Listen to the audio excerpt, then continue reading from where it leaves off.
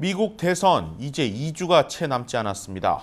대선이 가까워질수록 보수와 진보, 좌와 우가 나뉘어져 미국 사회의 분열과 갈등이 커지고 있는데요. 이 같은 상황이 대선 이후에는 더욱 심각해질 수 있다는 우려도 나옵니다. 관련해서 이채은 기자와 함께 분석해 봅니다. 자, 안녕하세요. 안녕하세요. 네. 자, 4년마다 돌아오는 대선이지만 올해는 특히 좌우 갈등이 굉장히 최고조에 이르렀다, 이렇게 볼 수도 있을 것 같습니다.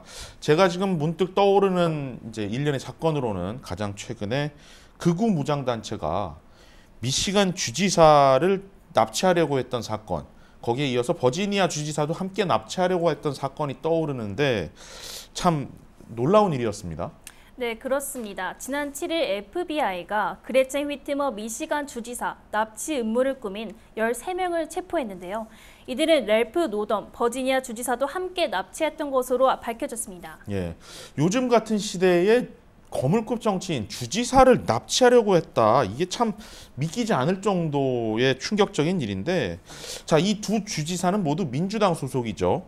그 배경에는 극우 단체가 있다, 이렇게 저희가 알고 있는데 어떤 배경과 목적을 가지고 음모를 계획을 했는지 좀 설명해 주시죠. 네, 이 두 주지사들은 그동안 코로나19 관련해 강력한 봉쇄령을 내려 일부 극우주의자들의 불만을 사온 인사들입니다. 네. 때문에 이번 납치 음모도 민주당 주지사가 이끄는 주정부를 정복시키겠다라는 의미로 볼 수 있겠습니다. 네. 여기에 휘트머 주지사가 납치 음모의 원인이 트럼프 대통령이라고 언급하며 극자, 극우 간의 갈등을 심화되고 있습니다. 그렇군요. 네, 또 지난 8월이죠. 위스콘신 카노샤에서는 17살 소년이 인종차별 항의 시위대를 향해 총격을 가해 2명이 살해되는 사건이 벌어졌습니다.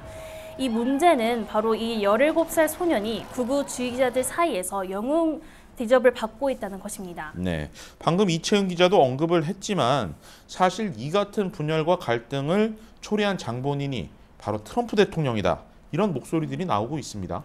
네, 모든 사건들이 트럼프 대통령의 책임이다라고는 볼 수 없겠습니다만 어느 정도 원인 제공 역할을 했다고 볼 수 있겠습니다. 네. 네, 최근 토론회에서도 백인 우월주의를 비판하느냐라는 질문에 애매하게 대답을 하지 않았습니까? 그랬죠. 네. 예. 특히 사용한 단어가 더 큰 오해를 불러일으키기도 했습니다. 네, 그때 당시에 사용했던 단어가 stand back, stand by. 이제 백인 우월주의자들에게 뭐 대답을 자제하라는 요청을 사회자가 하니까 stand back, stand by 이렇게 발언을 했죠.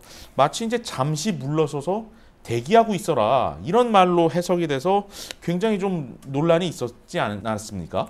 네, 그렇습니다. 물론 이후 인터뷰에서 자신은 백인 우월주의에 반대한다고 강조하긴 했습니다만 네. 백인 우월주의보다 급진 좌파 행동주의, 이른바 안티파가 더 위험하다고 얘기를 항상 덧붙였습니다. 네. 재임 기간 트럼프 대통령의 발언이 보수와 진보, 그리고 좌우 분열과 갈등을 심화시킨 사례들은 사실 여기에 열거하기 너무 많습니다. 네. 자, 문제는 대선 이후에 이 같은 분열과 혼란이 더욱 가중될 우려가 크다, 이런 점 아니겠습니까? 이제 일각에서는 대선에서 누가 당선이 되던 간에 양당 지지자들의 충돌이 발생하고 더 나아가서는 거의 내전과 비슷한 폭력 사태도 벌어질 수 있다, 이런 시나리오들이 제기되고 있는데 그 가능성 실제로 어느 정도일까요?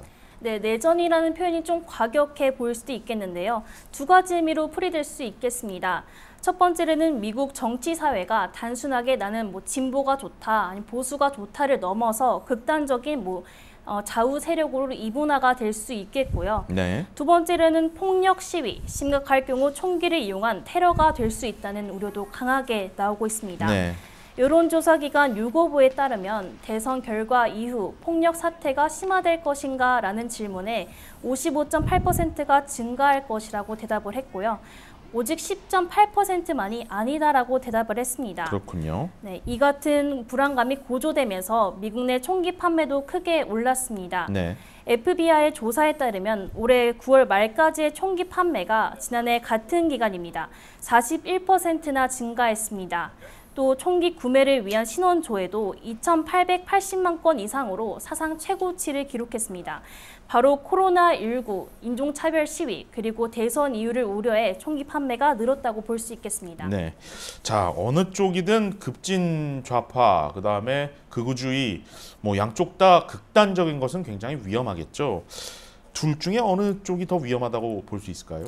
네, 사실 두 극단적인 지지자들 모두 위험하다고 볼 수 있겠습니다.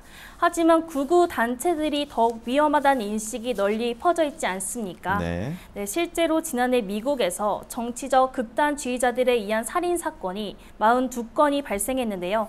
이 가운데 38건이 극우주의자들에 의해 자행됐습니다. 네. 바로 백인 우월 극단주의 KKK에 의해 말입니다. 네.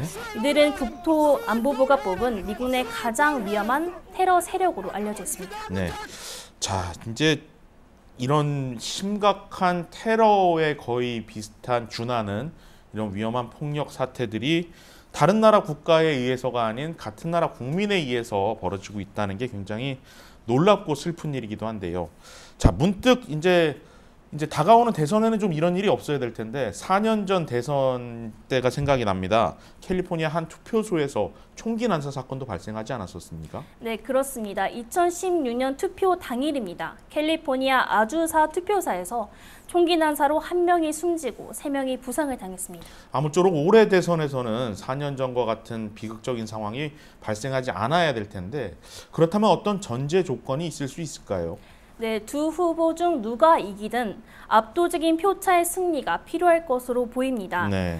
근소한 차이로 승리할 경우 불복 소송 등으로 이어질 수 있는 그런 내전이 일어날 가능성이 높습니다. 따라서 두 후보 중 1명이 압도적인 표를 얻을 경우 결과에 불복해 발생할 수 있는 테러나 폭력 시위가 일어날 가능성은 낮아질 수 있다고 예측해 볼 수 있겠습니다. 네, 대선에서 박빙의 승부가 나올 경우에는 어느 쪽도 승복하지 않고 양측의 의견이 격화되는 상황이 벌어질 수 있고 폭력으로까지 이어질 수 있다.